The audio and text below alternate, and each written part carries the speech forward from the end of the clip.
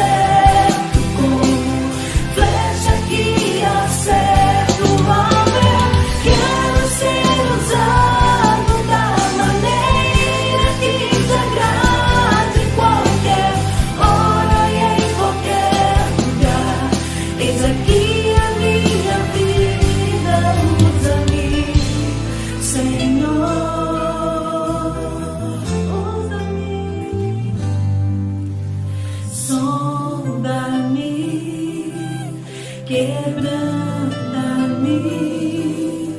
transforma-me, enche-me e usa-me, solta-me, quebranta-me, transforma-me,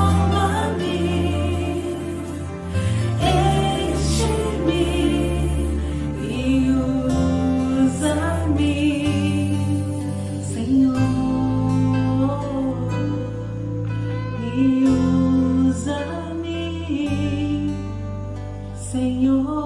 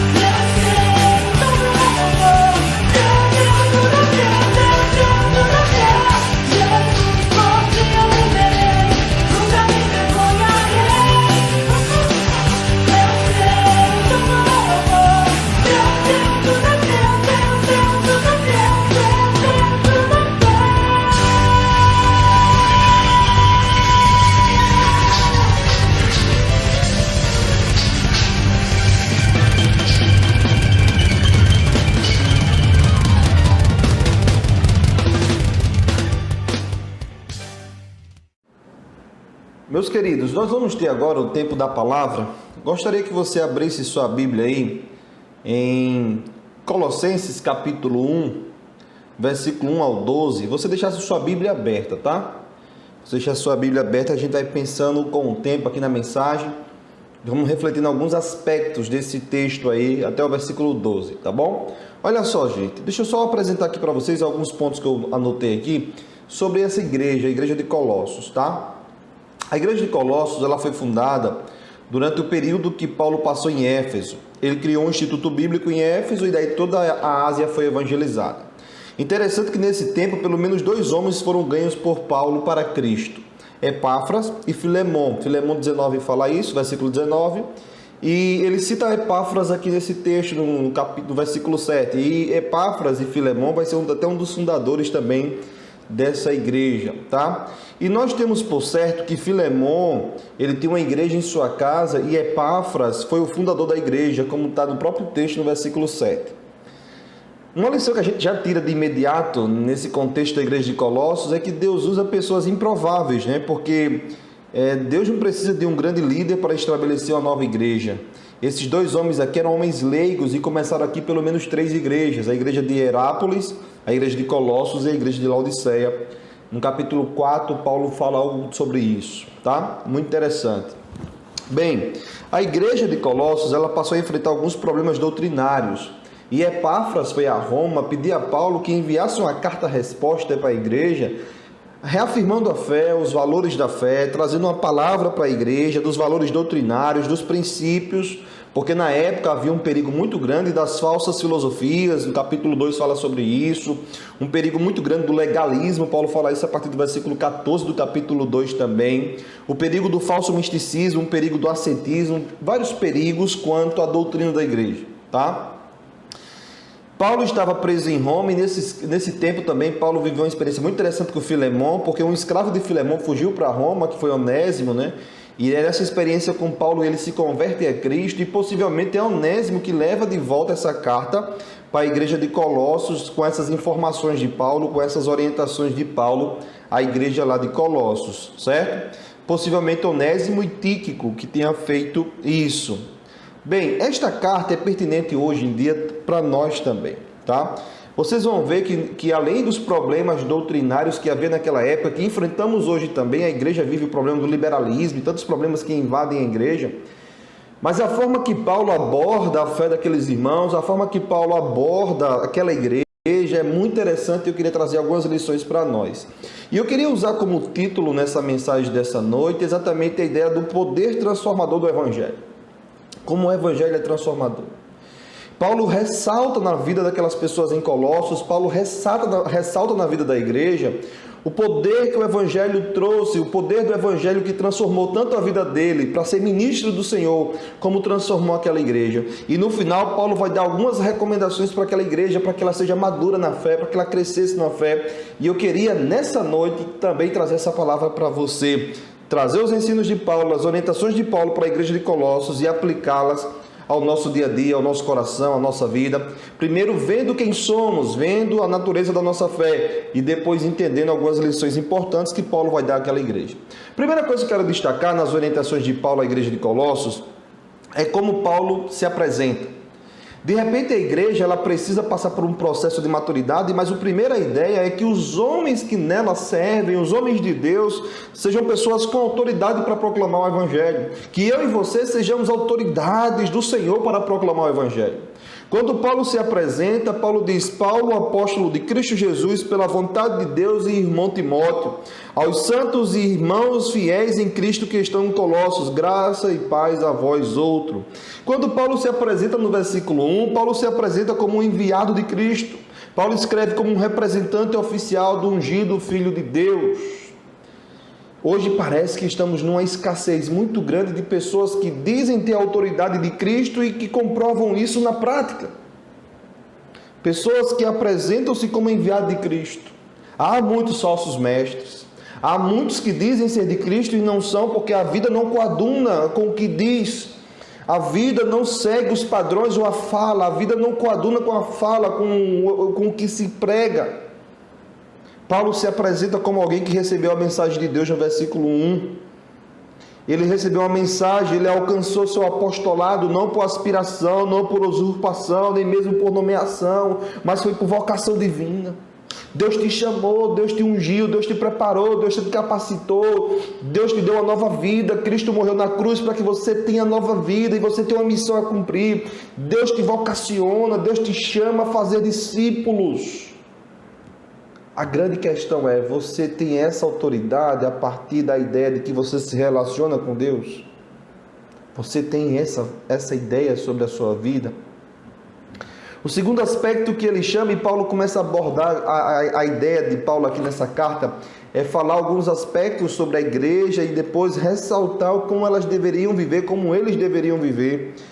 E a segunda coisa que eu quero destacar nesse texto é o versículo 2, que eu já li. Aos santos irmãos fiéis em Cristo que estão em Colossos, graça e paz a vós outros.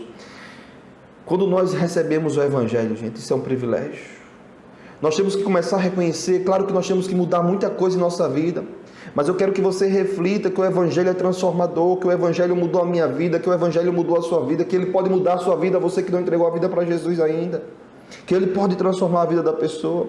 Quando Paulo vai se posicionar para aquela igreja, Paulo mostra a gloriosa posição daqueles que recebem o Evangelho. No versículo 2, Paulo deixa claro que eles pertencem à igreja celestial, eles são santos e fiéis em Cristo, eles estão unidos a Cristo, eles morreram com Cristo, eles ressuscitaram com Cristo, estão escondidos com Cristo em Deus, estão assentados com Cristo nos lugares celestiais, eles vivem em Cristo, andam em Cristo e vão reinar em Cristo. Aleluia! A igreja é isso, nós somos um povo espiritual, nós somos um povo que temos um Senhor, que andamos com Ele, que caminhamos com Ele, que um dia vamos nos assentar nos lugares celestiais, vamos reinar com Cristo, porque temos nova vida, Jesus mudou a nossa vida. Mas a pergunta que fica agora para refletirmos, você tem essa convicção? Você tem essa gloriosa posição de um dia ter recebido Jesus Cristo, e um dia vai reinar com Ele, vai viver com Ele, vai se assentar nos lugares celestiais? Você crê nisso? Meus queridos, ao mesmo tempo que Paulo fala aos santos e fiéis em Cristo que estão em Colossos, eles também pertenciam à igreja terrena. E aqui nos dá a dimensão que ao mesmo tempo que temos como herança o reino de Deus, que temos como herança o céu, que temos como herança reinar com Cristo, nós também estamos também assentados, estamos em lugares terrenos, estamos em Colossos, estamos na igreja. E aqui mostra a dimensão que era uma igreja geográfica, gente que tem nome, endereço, problemas, aflições, que enfrentam ataques, perseguições, prisões. Nós temos um lugar celestial, nós temos uma grande promessa, nós temos uma grande esperança de eternidade com o Senhor. Mas também nós estamos na igreja terrena, que enfrenta lutas, que enfrenta aflições, que passa por problemas. Mas o grande desafio é viver nessa vida terrena, com pecado, com injustiças, com aflições, honrando a Deus e vivendo a sua vontade. Honrando a Deus, buscando a Deus. Que coisa gloriosa é a vida daqueles que recebem o Evangelho. Que coisa preciosa. A terceira coisa que a gente aprende aqui é o poderoso milagre manifestado na vida daqueles que abraçam o Evangelho. Aqueles que abraçam o Evangelho de Jesus, a sua vida, vivam a experiência de milagres.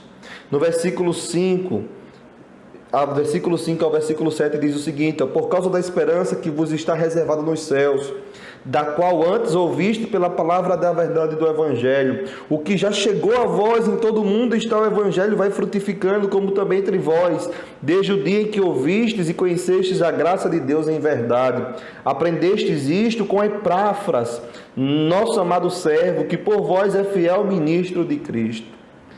Quando a gente começa a perceber aqui nessa carta de Paulo à igreja de Colossos, nós percebemos o poderoso milagre manifestado daqueles que abraçam o Evangelho.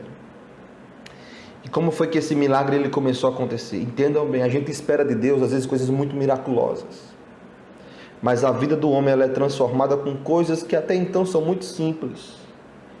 Primeira coisa que Paulo ressalta aqui, que aquela igreja ouviu, que aquela igreja nutriu no seu coração e recebeu um milagre de Deus. E isso acontece também na minha vida, na sua vida. Eles ouviram o Evangelho, eles ouviram, eles não escutaram, eles não simplesmente ouviram falar, alguém disse por alto, não, eles ouviram, eles deram atenção, aquela palavra penetrou o coração, eles creram em Jesus, entregaram a vida a Jesus e tiveram vida eterna, salvação.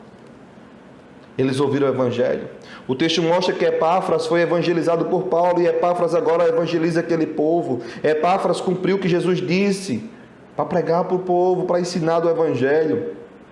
No versículo 4 a gente percebe que o Evangelho está centrado na pessoa de Cristo. O versículo 4 diz: desde que ouvimos falar da vossa fé em Cristo Jesus. O Evangelho está centrado na pessoa de Cristo. Os falsos mestres estavam tentando tirar a preeminência de Cristo do Evangelho.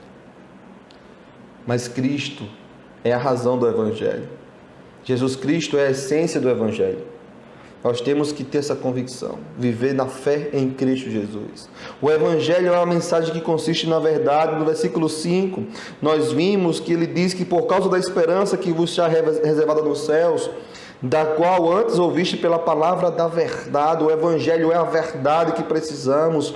Ao longo dos séculos, os homens têm tentado destruir a palavra de Deus, dando uma ideia de relativismo às coisas, mas os homens têm fracassado, os homens sempre têm fé em alguma coisa, tentam relativizar tudo, mas existe uma consciência que está se cumprindo a palavra de Deus, está se cumprindo a palavra de Deus, está se cumprindo.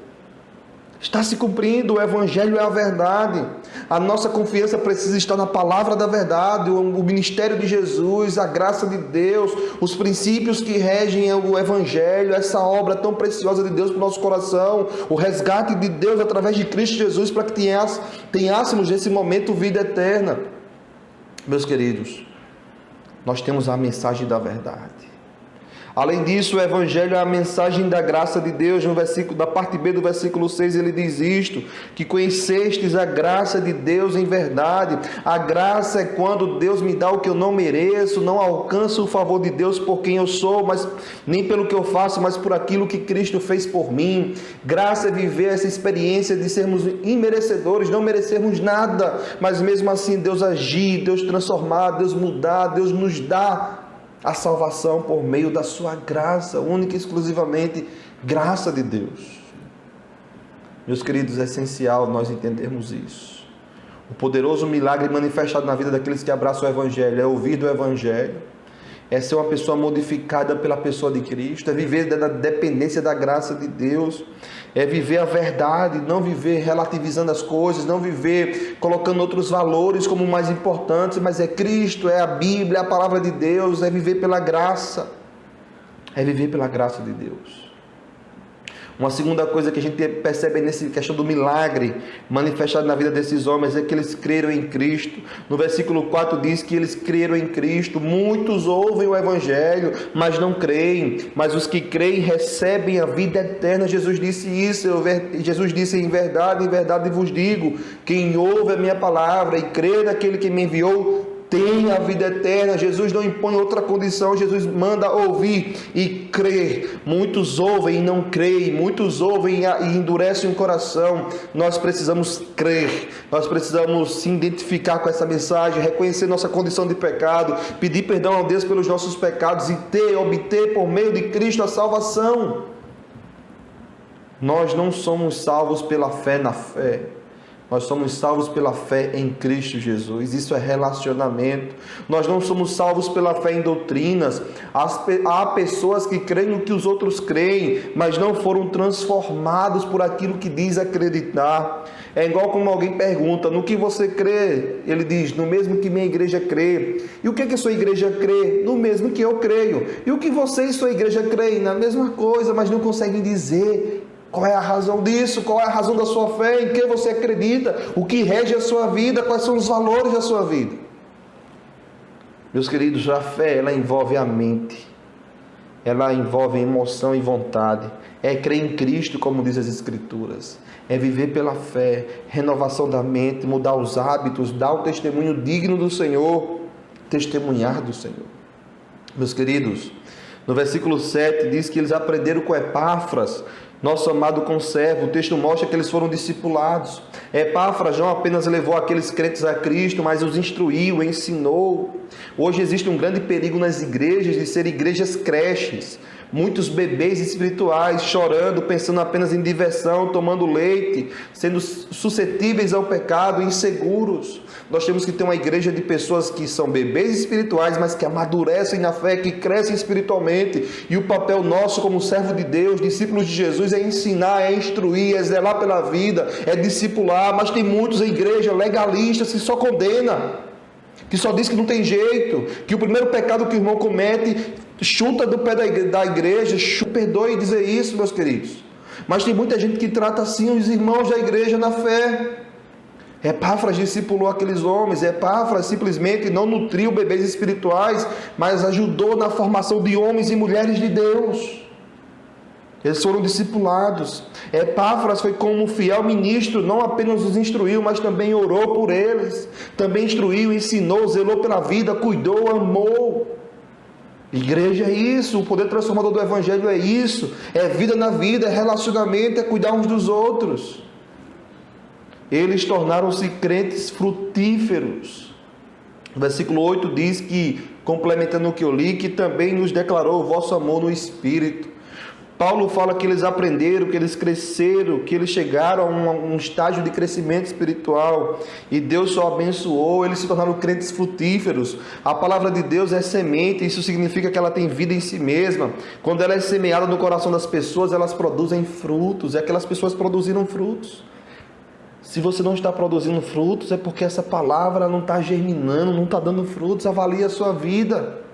Eles creram em Cristo e amaram os irmãos. Não podemos separar a fé de amor. A prova doutrinária e a prova social caminham juntas. Se nós amamos a Deus, amamos a Bíblia, temos uma vida de oração, temos uma vida de leitura bíblica, nós vamos amar as pessoas. Mas tem aqueles que dizem ser ratos de igreja, que vivem em igreja, mas não conseguem amar ninguém. Que coisa estranha. Eu não gosto daqueles que dizem assim: eu sou rato da igreja, vivo na igreja. Rato transmite doença. Tem muitos na igreja que só vivem na igreja, só transmitindo doenças. Pense nisso. Nós estamos em isolamento social, mas reflita sobre isso. Quando eu falo rato de igreja, aquele que convive na igreja, que aparenta ser um crente, que aparenta ser um homem religioso, um homem de fé, mas só transmite doenças. Meus queridos, a igreja de Colossenses manifestava em sua vida as 3 virtudes cardeais do cristianismo: amor, fé e esperança. A quarta coisa que eu quero destacar e eu quero ler inicialmente e meditar com os irmãos, que são as recomendações de Paulo para aquela igreja, e agora as recomendações de Paulo, de Deus ao nosso coração, para nós hoje, igreja do Senhor. Algumas recomendações importantes. Vamos ler do versículo 9 ao 12. Por essa razão, nós também, desde o dia em que ouvimos, não cessamos de orar por vós e de pedir que sejais cheios de pleno conhecimento da sua vontade, em toda sabedoria e entendimento espiritual. E oramos para que possais andar dignamente diante do Senhor, agradando-lhe em tudo, frutificando em toda boa obra e crescendo no conhecimento de Deus. Corroborados com toda a fortaleza, segundo a força da glória, com toda a paciência e longanimidade em alegria, dando graças ao Pai que nos fez idôneos para participar da herança dos santos na luz. E aí existe aqui uma poderosa oração de Paulo para o progresso do Evangelho. E Paulo centra essa sua oração em alguns aspectos que eu queria destacar aqui. Paulo orou por aquelas pessoas por inteligência espiritual, percepção espiritual, conhecimento espiritual. Ele orou pedindo para que aquelas pessoas transbordassem no pleno conhecimento da vontade de Deus, para que aquelas pessoas andassem em toda a sabedoria, em todo o entendimento espiritual. Como isso é necessário hoje?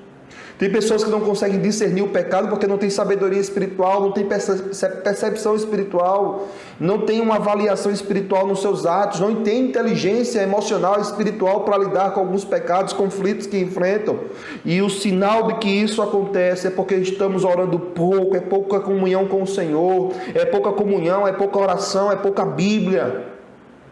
Nos falta inteligência espiritual, e Paulo ora assim. Eu estou dizendo isso para os irmãos: é tempo de buscarmos o pleno conhecimento da vontade de Deus para a nossa vida, andar com sabedoria, ter discernimento espiritual, mas para isso precisamos nos voltar para o Criador, conhecê-lo, ter intimidade, relacionamento. Paulo vai orar também no versículo 10 por obediência prática. Não era ficar só no campo da filosofia, no campo da religiosidade, da instrução teórica, mas Paulo ora para que eles tivessem uma prática de viver de modo digno do Senhor. A sua vida, ela dignifica o Senhor, a sua vida honra o Senhor, a sua vida, Deus se alegra com seus atos. Temos que viver de modo digno. Paulo ora para que eles vivessem o inteiro agrado de Deus, que agradassem ao Senhor em tudo. O Senhor tem se agradado da sua vida, o Senhor tem se agradado das suas obras, o Senhor tem se agradado do que você faz, do que você pensa, do que você tem praticado. O Senhor tem se agradado.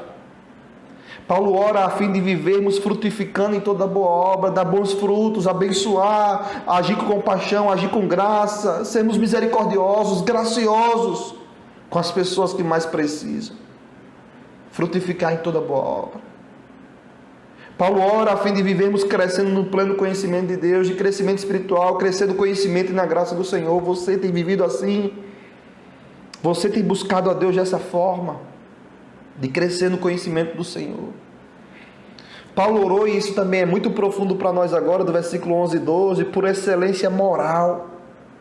Que as pessoas olhassem para nós, não tivessem o que julgar, falar mal. Paulo ora para que eles fossem fortalecidos com todo o poder, segundo a força da glória de Deus, para que a sua vida, a sua integridade, as pessoas reconhecessem onde passassem.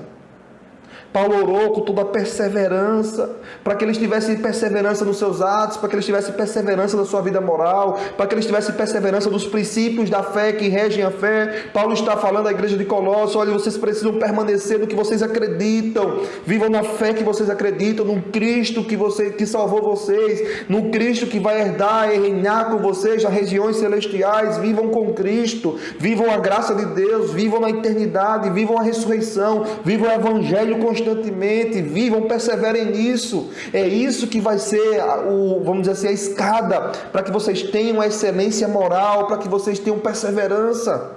É isso, vivam com perseverança. Paulo vai falar sobre longanimidade, para que eles fossem longânimos, pavio longo, não perdessem a cabeça com coisas pequenas, tivessem paciência, pudessem enfrentar as aflições confiando no Senhor, tendo esperança de melhores dias, tendo esperança que dias melhores virão.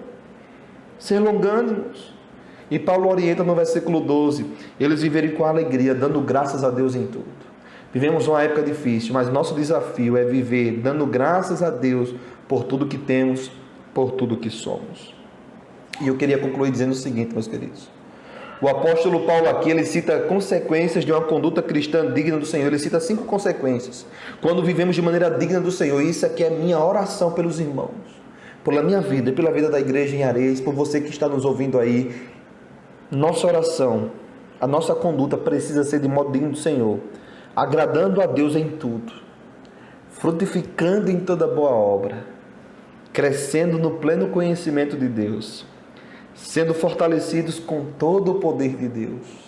E, meus queridos, dando graças a Deus em tudo.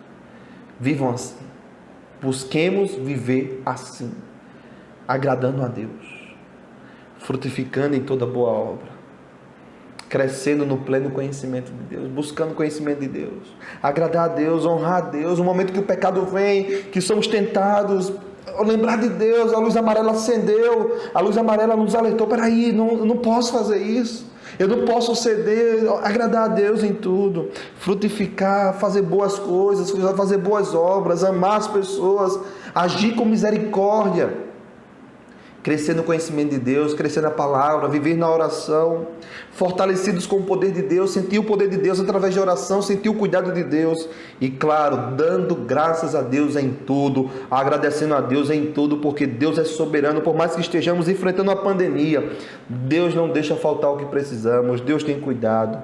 E por mais que aqueles que enfrentem a morte, por mais que aqueles que estejam em luto agora, enfrentando tantas dores, mas o que tem aqueles que creem em Jesus como garantia, mesmo com a morte, é a eternidade, é a salvação. Por isso que precisamos dar graças a Deus em tudo, porque Ele tem cuidado de cada um de nós.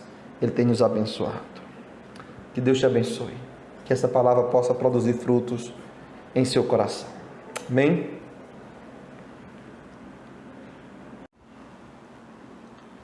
Meus queridos, estamos chegando ao final do nosso culto, tá? Nós vamos orar a Deus, agradecendo por essa palavra.